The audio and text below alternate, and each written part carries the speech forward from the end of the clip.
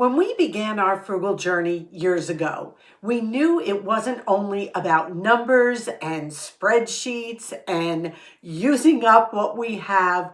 We also knew it had a lot to do with our attitude. We needed to have a certain mindset to make sure that this frugal life we were choosing was going to be sustainable through reflection, prayer, and values. Welcome, sweet friends, to the channel Frugal Money Saver. My name is Emmy, my husband's Paul. We're so happy you have joined us today. Today we're going to be exploring 4 key concepts that keep Paul and I on our frugal journey, that keeps us feeling content, satisfied, blessed, and grateful. Deprivation is a word we don't even know. Paul thought it would be a great idea to share this video with you. He and I sat down the other morning, we were going back and forth.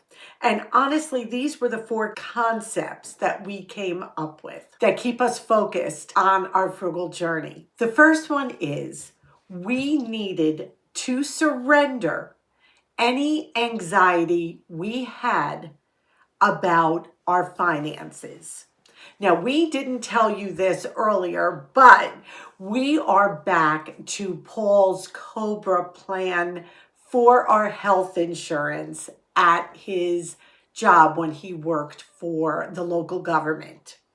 As you know, 2 years ago, we came off, we found a lower plan through the state of New York, but unfortunately, we did not qualify for that plan anymore, and our doctors had left that plan. And we are too young for Medicare, for those of you who ask. So we had to go back to the COBRA plan, which was actually $250 less than what the New York State health insurance was going to charge us. Their prices had skyrocketed. Let me talk about anxiety. I knew again this would be a huge chunk of change coming out of our budget every month.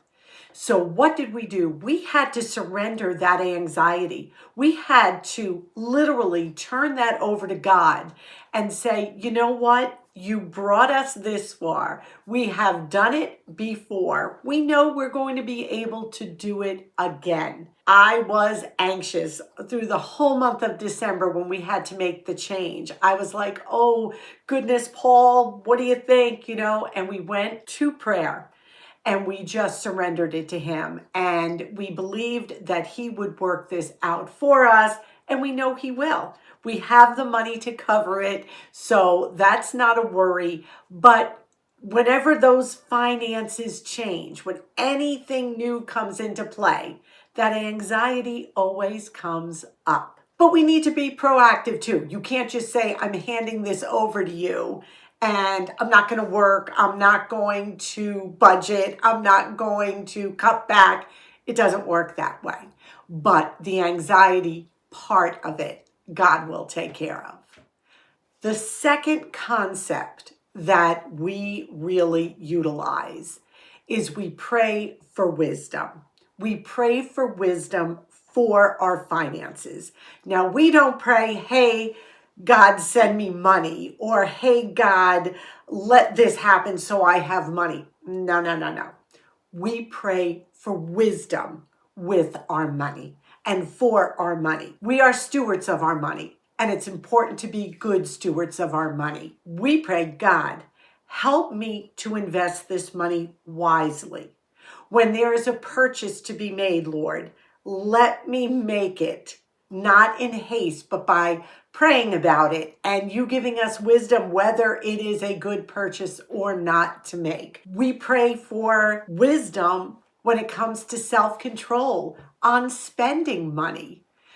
We don't want to just spend on things that are frivolous or don't align with our values, which we'll get to in a minute. But we want to make purchases with the money that we've been entrusted with wisely. So we do pray for wisdom constantly, even on the small things. When we go food shopping, Lord, let this budget stretch. Let me get good, healthy, whole foods on sale that we enjoy eating. And you know what? He comes through. And we also pray for wisdom when it comes to wasting things. We don't want to waste food. We don't want to waste time. We don't want to waste resources. What we're going to do right now is turn the camera around and get into the kitchen.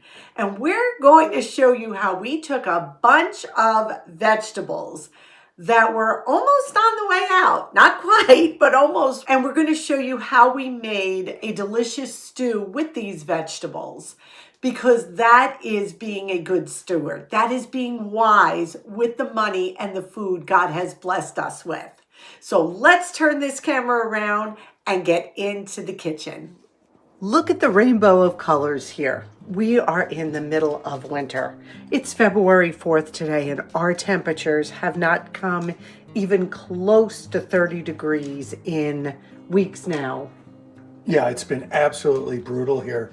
Whatever snow fell did not melt. So we still have feet of snow on our lawn, on our roof. It's horrible. So we need a little springtime pick-me-up. And I had bought some vegetables and I need to use them up before they go bad. So let's see what we've got. We've got a couple of carrots, 2 stalks of celery, 2 plum tomatoes, a potato, couple of mushrooms. As you all know, Paul does not like mushrooms, but if I keep them big, he doesn't mind them. I've got a small zucchini, and we've got a summer squash here, but I'm only going to use half of this. What are we making? We are going to make a spaghetti vegetable stew. 1 pot, very delicious, very comforting, and just a perfect way to use up vegetables you may have in your refrigerator. So the first thing we're going to do is do some washing and some chopping. And I forgot half of an onion that I have in the refrigerator. We're going to use this up as well. Look at all this yumminess. The hardest part of this vegetable stew is chopping the veggies, but Paul and I work together, and there is something really delicious when you use them fresh. We've got our carrots, celery, potato, zucchini, yellow squash, some mushrooms, and then I kept these separate because we're going to cook these first. I cut up the tomato, we have the onion, and then look, the fresh basil from our garden we froze last year. So anybody who tells you you can't freeze basil, here it goes.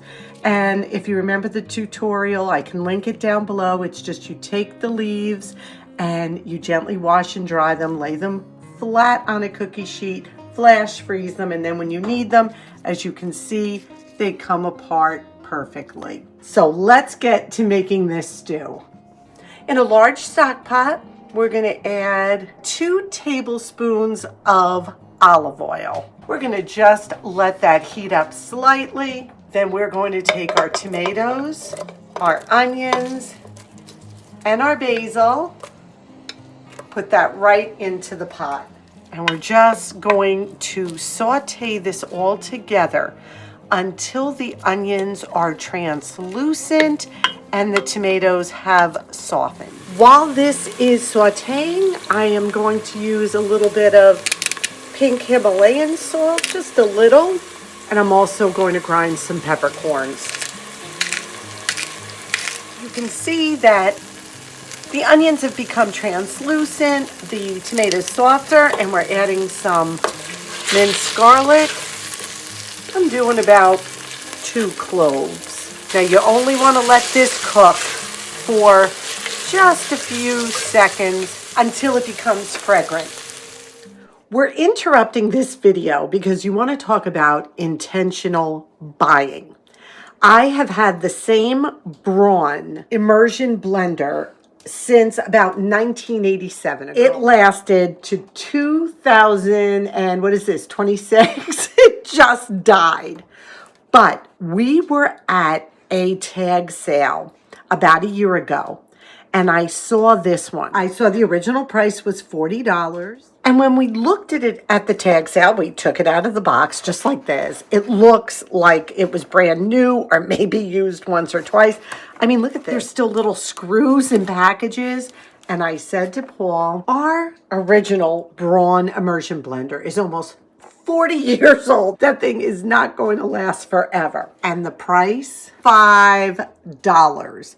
Now, we didn't need it at the time, but I knew eventually we would. 2 days ago, yes, we laid our little handheld immersion to rest, and we went right into our storage closet, and here it is. That's what's called intentional buying. It's something you use all the time. It's something you know is a great product. And here we go. And we need to use it in today's recipe. So this is our first time using our brand new used handheld Braun immersion blender. And this one also came with a chopper. My original did not. So this is going to be fun to use too. Just a great deal for a whopping $5. Then I'm going to take about a half a cup of water carefully and add it right to that. Scrape up that bottom, and this is where our brand new immersion blender comes in. I just washed the blender thoroughly, and now I went to voiceover just so you could hear me very carefully because it's hot and it splatters. We're just gently crushing up the onions, the tomatoes, the garlic, and the basil. I just use the immersion blender. Be careful, it does splatter. It's very hot. And you don't even have to immersion it. You don't even have to. You could just leave it as it is, but I'm just doing this. Now we are going to take all our delicious vegetables and add them right in.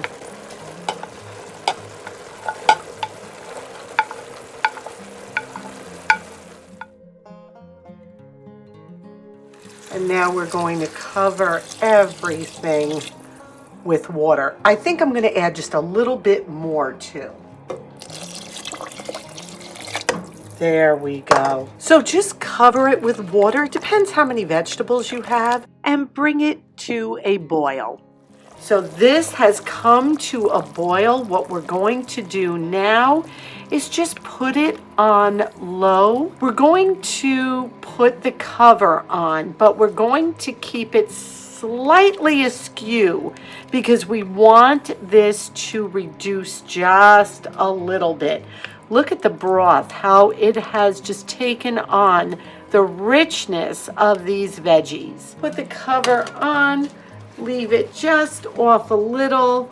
Let it simmer 30 minutes. Make sure you keep an eye to make sure it's not reducing too much and you're not losing all your liquid. This simmered gently for about 40 minutes. You can see how thick and beautiful it got. It smells just like my Nonna's kitchen. My sister-in-law, who's from Italy, gave me this recipe, and it is just hearty and delicious. While this has been cooking, I cooked up some spaghetti that I broke into about 2 to 3 inch pieces, boiled it. I didn't want to add the spaghetti right to here because I was afraid it would be a little too thick. So I just layered the pasta in the bowl, and now we're going to ladle this right over it. Does this look amazing? I'm going to add a little broth. And now you know you cannot serve this without grating on some Parmesan cheese. This is so healthy, rustic, delicious. I also had some leftover hamburger rolls that I made into garlic toast. So the bread came out of the oven. What a great way to use up leftover bread that you have laying around. Just delicious. Look at this. This is, and I'm going to say it, this is Paul approved. Can't wait to dig in. How about that Braun hand blender? That's what I mean about using money wisely. We did not need that Braun hand blender when we found it at the tag sale a year or so ago, but we knew ours was on the way out and it would just be a matter of time. So we bought it and we put it away. just knowing that it's something I use constantly in the kitchen. And sure enough, within the year, we did need it. Just be wise with your money. Pray for wisdom. Number 3, another part of keeping us on our frugal journey mentally is to spend time in reflection. And the aspect of reflection we're talking about is gratitude. We reflect a lot on being thankful, on looking around at what we have and saying constantly, thank you. We also reflect on not pressing into instant gratification all the time, because that is a tough one. A lot of times you want that feeling of that impulse buy or that non-essential purchase that you know is not going to serve you well. What we do is we spend a lot of time thinking about how much we already have and enter in the thankfulness for all we have. So reflecting on the abundance of possessions and health, love and friendships, whatever else it is. If you want something to keep you on track and not let you spend money, it's to look around and see how much you already own. And the last one we want to share with you is values. What we believe is good, what we believe is worthy, what we believe is honest and true. That's where our money needs to go. As most of you know, we track our spending. So at the end of the month, we'll look at what we spent and go back to reflection and reflect on the purchases we made. Did they align with our values? If someone was to come in and look at our expense tracker, I hope they would see things on that align with Paul and I's values, what we believe in. What are we donating money to? If we are supporting a cause, what is that cause we're supporting? What are we buying with the money we've been entrusted to? Are these things worthy? It is all about values. Now, your values are going to be totally different than ours, or maybe they're very similar, but they're going to be your values. There's no right or wrong. Your spending should align with what you believe is true and good. And that is a great way to keep yourself in check too. Because at the end of the month, when you check your tracker and you see things on there that you're like, maybe, man, we shouldn't have done that. That was a total waste of money. Or, oh my gosh, we shouldn't have saw that movie. We knew it was something that may not be totally edifying, but we watched it anyway. These are just examples. You look at that list then and you say, wait a minute. That's not where I want our hard-earned money to go. We want it to go to something good and beautiful and joyful. So values play a huge part in our financial journey. It is not only about keeping with a numerical budget. There is so much more to living a frugal, intentional life. And a lot of it has to do with who you are as a person. We go to God. We say, listen, this is all yours. You're letting us use it while we're here on earth. And we're extremely thankful. Let us be good stewards of it. So we hope this video was helpful. Today's question of the day, other than keeping a strict budget and making sure your numbers line up and you're not going into the red and you've got your finances pretty well covered, what are other aspects of your frugal journey that help you stay on track? Please leave that down below in the comments section. We have set up such an amazing community here. You all are so encouraging of each other. We never have to delete comments. We never have to get in the middle of anything. You guys are always so respectful of us, first of all, and of each other, and we appreciate that so much. So we ask that you please give this video a big thumbs up. It helps us here on YouTube, and we appreciate when you take that time. We ask, if you have not subscribed, come on in. If you love videos on frugality, on homemaking, on from scratch cooking, this is the channel to be on. We ask you to be well. We ask you to be safe. And above all, we wish you blessings. Until our next video, may God greatly bless you.